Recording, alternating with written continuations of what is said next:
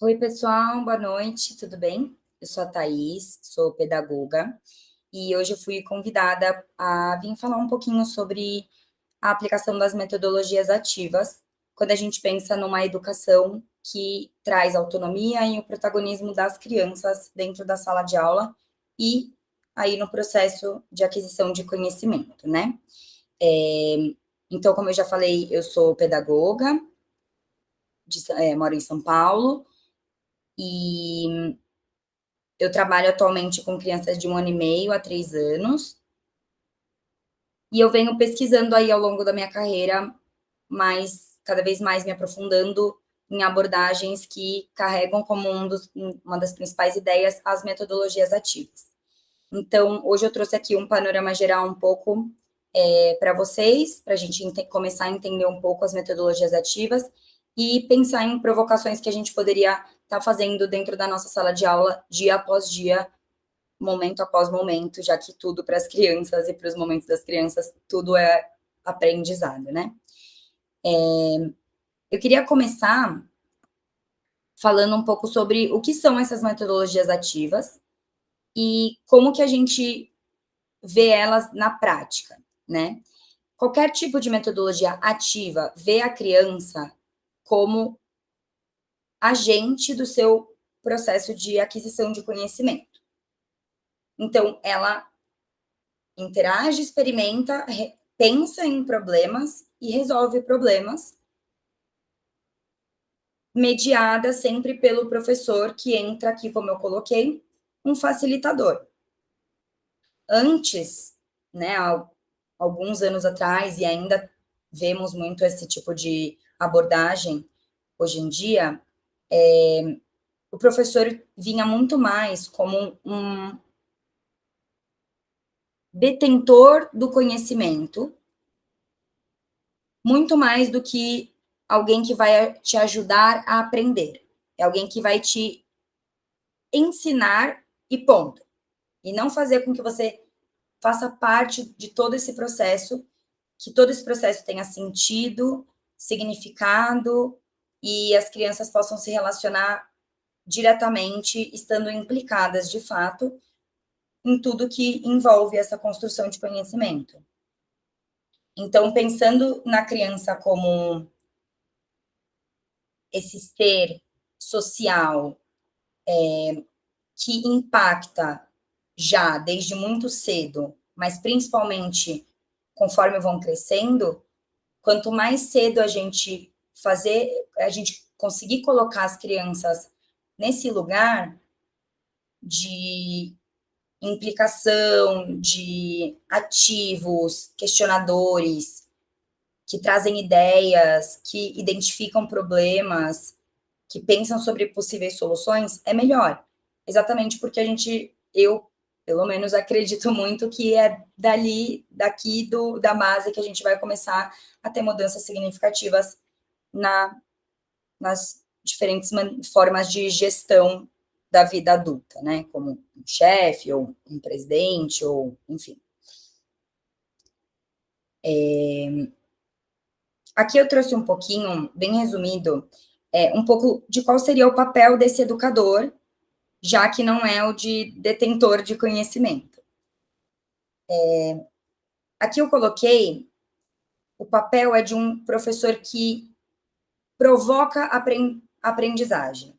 Então, é isso. A função do professor entra muito mais como um provocador, um mediador e alguém que pensa intencionalmente construindo boas experiências que fazem com que as crianças se perguntem.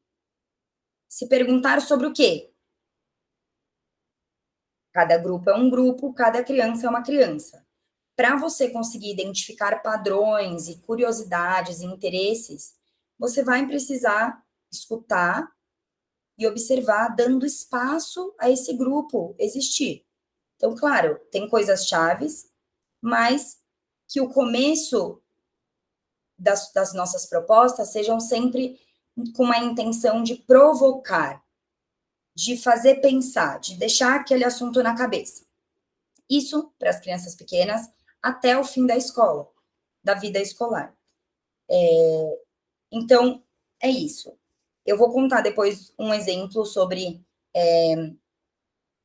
que estava acontecendo aí nessa foto, mas eu acho que eu vou deixar para contar no final, e eu volto mostrando as imagens e contando um pouco de como eu usei a metodologia ativa numa turma de crianças tão pequenas, em que estudamos sobre a metamorfose da borboleta.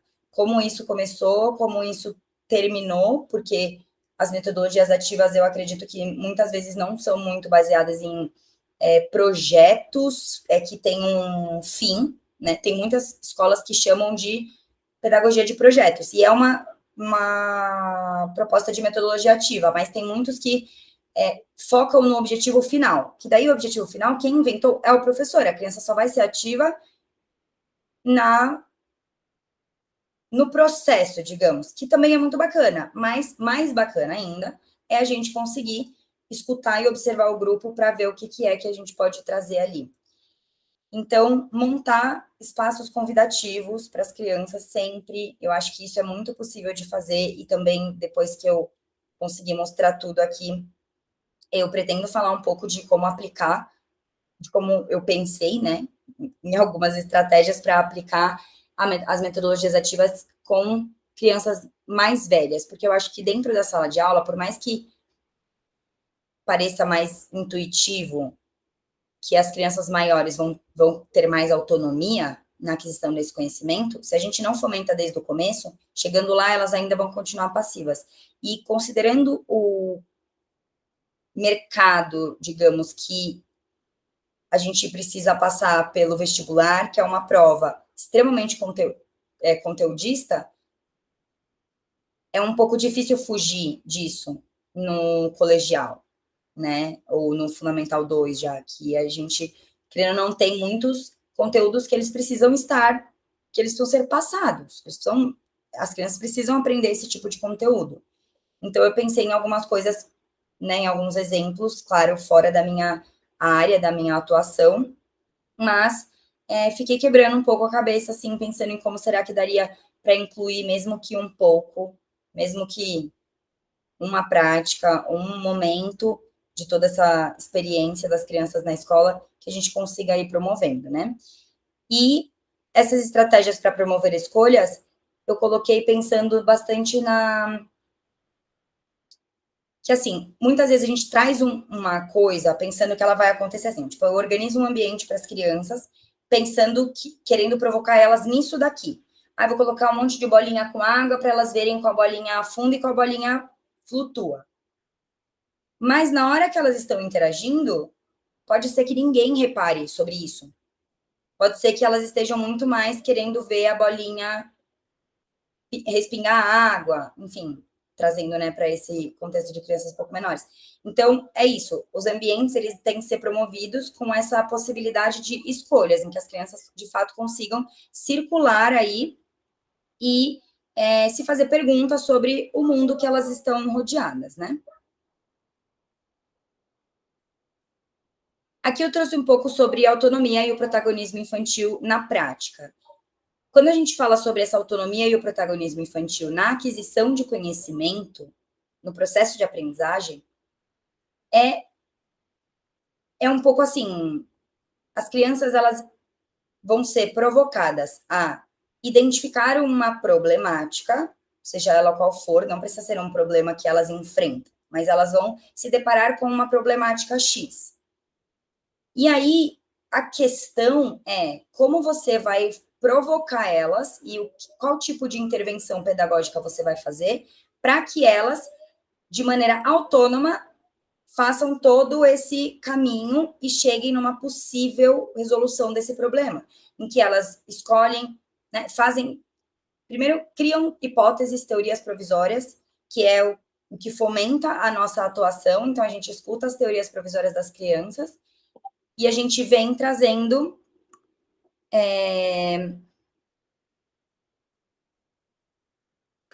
fontes confiáveis e uma escuta de por onde seguir dentro de todas essas possibilidades que nós temos para ensinar. E aprender também, né? Então, é isso, você vai ensinar as crianças aonde pesquisar, como ir atrás, como identificar esses problemas, e etc. E abrindo esse espaço de autonomia e discussão para as crianças, de fato, se implicarem, estarem envolvidas e engajadas em todo esse processo, né? E por isso eu coloquei aqui dessa importância da gente confiar na capacidade da criança. Então, assim, o meu grupo de crianças de 1 ano e meio a 3 fizeram uma investigação de 6 meses, extremamente significativa, sobre o processo de metamorfose da borboleta, que surgiu de uma maneira totalmente inesperada. Porque a gente, do lado de fora da minha sala, a gente tinha uma parreira e um pé de maracujá. E aí o pé de maracujá começou a nascer emaranhado na parreira e de cima do teto, assim como se fosse no espaço de brincar das crianças, estava caindo essas lagartas. Quando elas terminavam de comer a folha, algumas delas sem querer caíam. E as crianças perceberam isso. Eles começaram a fazer inferências, então eles começaram a pensar: será que ele perdeu a casa? Será que esse bichinho perdeu a casa? Será que pode pegar na mão? Então eles, claro, como crianças muito pequenas, começaram a fazer perguntas que me soam um pouco complexas para a faixa etária, e que quem vai colocando conteúdo e propriedade dentro de tudo isso somos nós, na maneira como a gente apresenta. Então, o que eu fiz aqui nesse momento aqui, nesse momento aqui, foi trazer as lagartas para mais perto, porque a árvore era muito alta, para que as crianças pudessem observar. E aí eles começaram. Eu falei, bom, se a gente vai colocar essas lagartas aqui dentro, o que mais que a gente precisa colocar aqui dentro para elas viverem, para a gente cuidar delas? Como a gente vai cuidar dessas lagartas? E as crianças começaram, tem que pôr uma cama, tem que pôr papá, tem que pôr galho, porque elas gostam, elas estavam lá na árvore. Então, eles mesmos vão fazendo as próprias inferências e a gente vai usando isso como aonde mais provocar. Então, eu comecei a pegar vídeos e comecei a gravar vídeos também. Por exemplo, nessa foto daqui, as crianças estão assistindo um vídeo que a gente fez, eles me ajudaram a fazer, né? Então, eles viam eu gravando, eu pegando, eu colocando, a gente colocou, eu e minhas parceiras, né, que era uma auxiliar e uma estagiária, a gente colocou o celular aqui dentro desse aquário, digamos assim, que a gente fez meio que um observatório de lagartas e borboletas. E as crianças puderam, a partir daí, irem acompanhando diariamente, quando surgisse a curiosidade, porque estava na nossa sala, esse aquário, e eles começaram a observar. Então, eles mesmos iam fazendo constatações. Ah, tá acabando as folhinhas delas, elas vão ficar sem comida. Então, eles iam criando também esse senso de responsabilidade, né? Então, a problemática era como fazer uma casa para essas lagartas, para elas sobreviverem. E a gente vê o que acontecer com elas. E a gente foi acompanhando, foi gravando todos os processos, até que a gente, de fato, conseguiu montar um vídeo que a gente conseguiu pegar uma das lagartas formando um casulo e depois saindo do casulo se transformando numa borboleta, tentando cada vez mais usar o repertório das crianças para ir guiando todo esse processo e vendo para onde é que está indo. A gente poderia ter ido muito mais para a questão de alimentação, mas com esse grupo a discussão foi muito mais para o lado de cuidado, né, a sobrevivência do bichinho, e também para essa questão evolutiva. Então, eles viam a lagarta, depois eles viam a lagarta pendurada, quietinha, depois, em volta da lagarta, aparecia uma coisa que eles não sabiam o que era, o que será que é isso? Então, eu trazia artigos científicos, né, pedaços de artigos científicos, a gente vai adaptando, mas sem deixar de acreditar na capacidade das crianças muito pequenas, por exemplo, no meu caso, de compreender um artigo científico, principalmente se ele for mediado por mim, né? Então, a gente ia repetindo muito, falando várias vezes da mesma coisa e etc. E tudo isso ia fazendo muito sentido na cabeça delas numa questão processual. Então, é um pouco dessa autonomia que o que eu estou tentando trazer aqui, né? Como a gente, para os tão pequenos, que às vezes a gente tem mais receio de várias coisas, tipo, ai, não, é muito complexo essa ideia para eles. Sim, claro que tem coisas que são muito complexas, mas se a gente conseguir pegar qual é a problemática e saber ver quais são as primeiras perguntas deles, a gente vai saber traçar aí uma trajetória para desvendar qualquer que sejam as perguntas que eles estão fazendo dentro da cabecinha deles, né? E aqui entra a questão de como, aonde que a gente vai observar, o que a gente vai ver. A importância do brincar como uma estratégia de aprendizagem.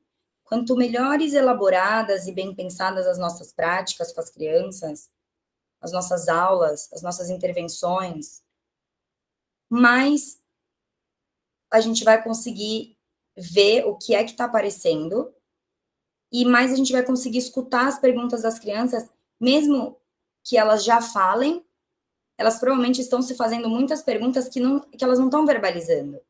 E é pela observação e do registro que a gente vai conseguir. E aqui eu coloquei alguns tipos de brincadeiras que vão favorecendo, de fato, essa autonomia. Então, por exemplo, jogos simbólicos, né, de brincadeiras de faz de conta, no caso. Qualquer tipo de brincadeira ou intervenção sensorial, que entra muito uma questão de ciência, né, ciência, física, mudança de estados e, enfim, isso a gente acaba fazendo até no laboratório de química no colegial, então tudo isso é muito possível, de fato, de se aplicar ao longo de toda a experiência escolar. Jogos com regras, quando eles já são um pouco mais velhos, e eu sempre gosto de fomentar bastante práticas da vida cotidiana, que é quando eu acho que a gente consegue criar um ambiente de perguntas e de processamento da vida cotidiana. É por meio da brincadeira que as crianças processam o que elas estão vivendo e aprendendo. Então, quanto mais a gente fomentar essas práticas da vida cotidiana, por exemplo, regar as plantas do jardim, possivelmente muitas coisas vão surgir disso. Muitas perguntas, muitas dúvidas, muitas descobertas. Então, eu gosto muito dessa questão das práticas da vida cotidiana, principalmente na autonomia, e também como uma forma de acumular informações sobre as crianças, sobre os processos de aprendizagens individuais e também tendências, interesses e curiosidades dos grupos.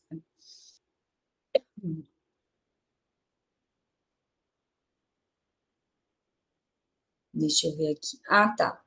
Para fechar um pouco assim as ideias centrais, para que eu possa divagar um pouco, eu coloquei aqui um pouco dos desafios e das soluções na implementação dessas metodologias ativas.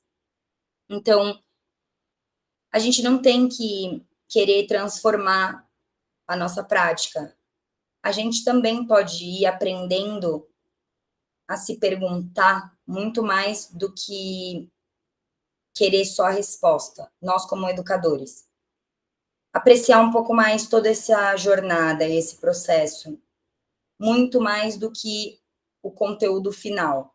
Porque se muito bem estruturado e alimentado esse meio, o aprendizado final vai ser muito mais vasto, amplo, de várias habilidades cognitivas, socioemocionais, linguísticas, de noção matemática, de noção de causa-consequência, tudo isso que talvez não estivesse no nosso foco final da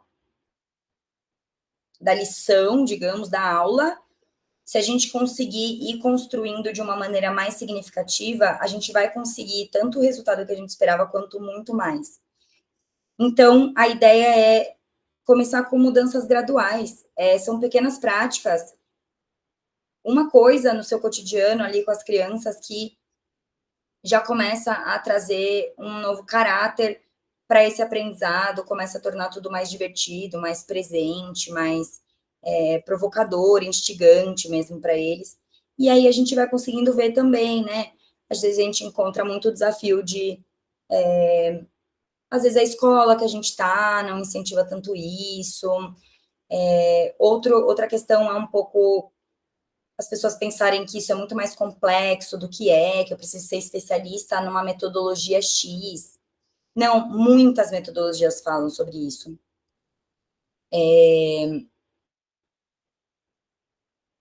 Por exemplo, a de Reggio Emília, Montessori,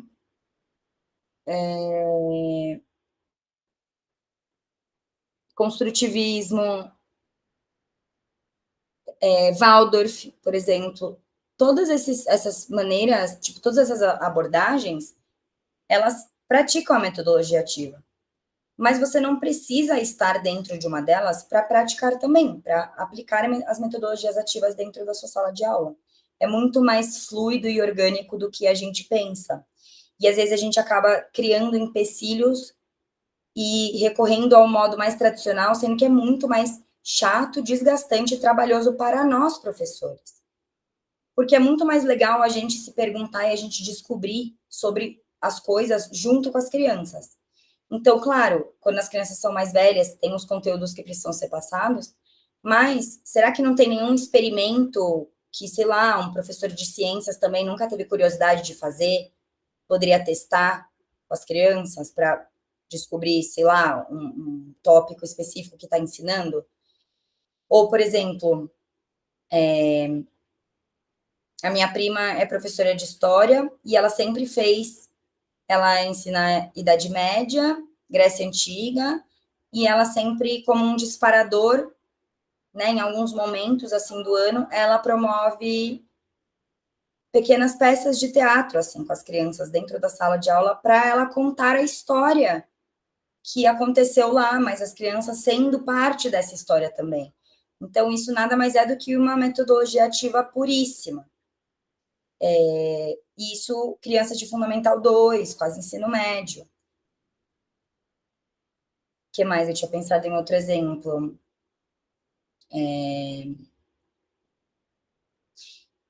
A gente pode, por exemplo, pensar numa coisa de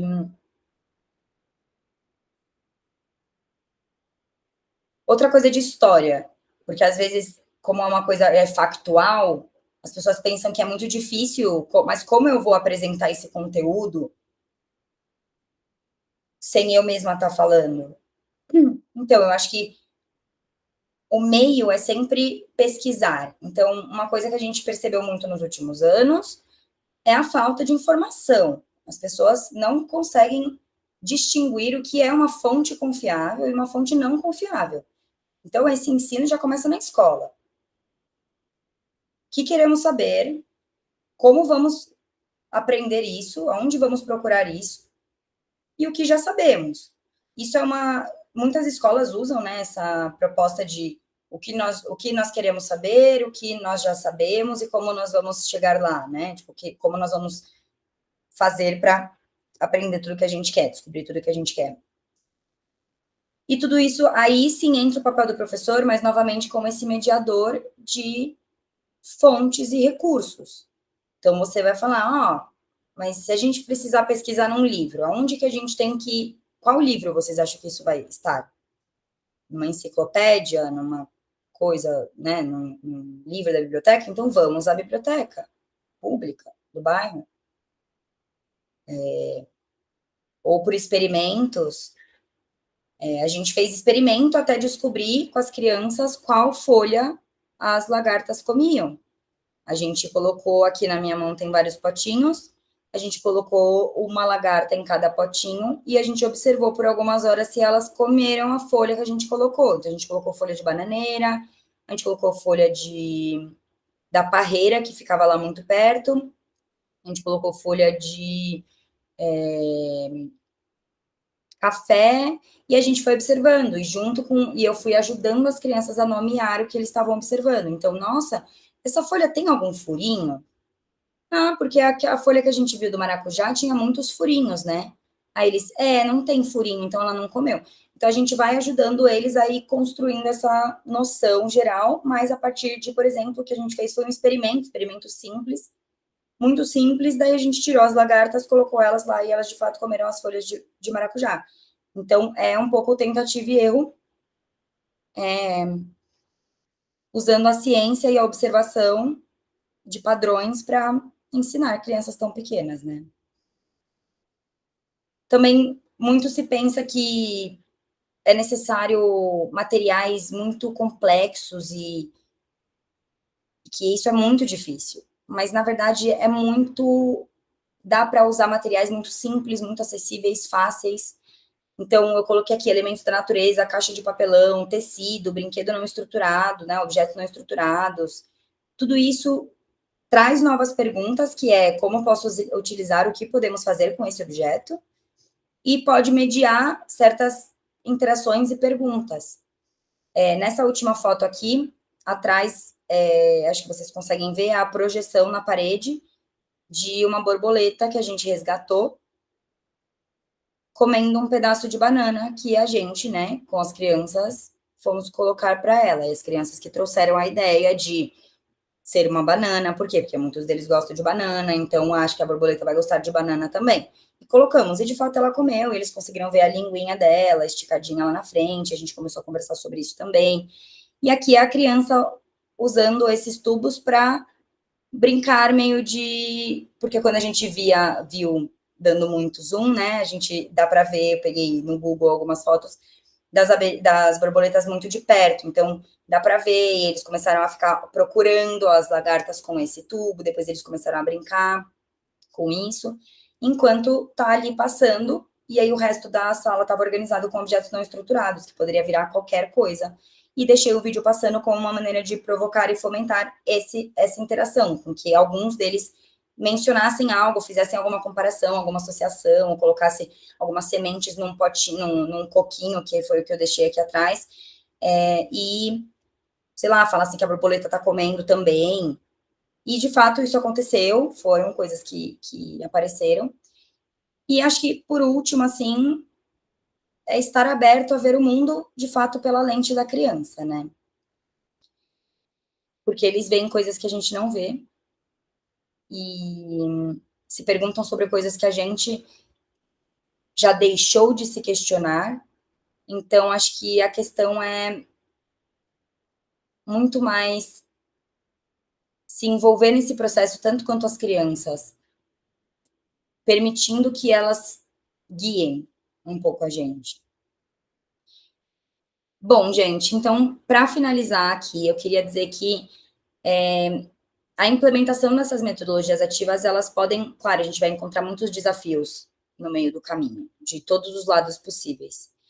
Mas eu acredito que com criatividade, planejamento, adaptação e esse olhar atento e uma escuta muito atenta também para os dilemas da infância, das crianças e do que eles estão passando, a gente consegue fazer algumas pequenas mudanças, mesmo que sejam realmente muito pequenas, em uma aula no semestre, já é melhor do que nenhuma, que já vão fazer toda a diferença e vão tornar esse ensino, essa aprendizagem muito mais significativa, envolvente, provocadora, que é o que a gente quer quando a gente pensa em seres socialmente ativos, que são as crianças, que no futuro serão ainda mais, que estarão aí, né, liderando discussões e pensando em problemas e como resolver eles. Então, quanto mais implicadas as crianças conseguem estar, mais questionadoras e inconformadas, digamos, a gente vai conseguir deixar elas, que é exatamente a ideia de se encantar com tudo o que tem para aprender aí nesse mundo. E para fechar aqui, eu tinha pensado em uma pergunta, e aí fica, claro, a critério de vocês, se vocês quiserem me responder isso por e-mail.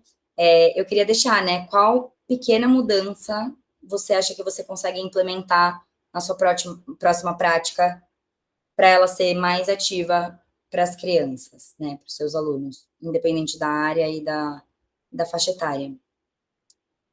Bom, é isso, gente. Eu espero que tenha dado para entender um pouco, espero que eu tenha falado de uma maneira que deu para entender e pensar em como aplicar tudo isso. E, novamente, meu e-mail está aqui, e eu... Deixa eu voltar aqui para o meu e-mail para vocês terem.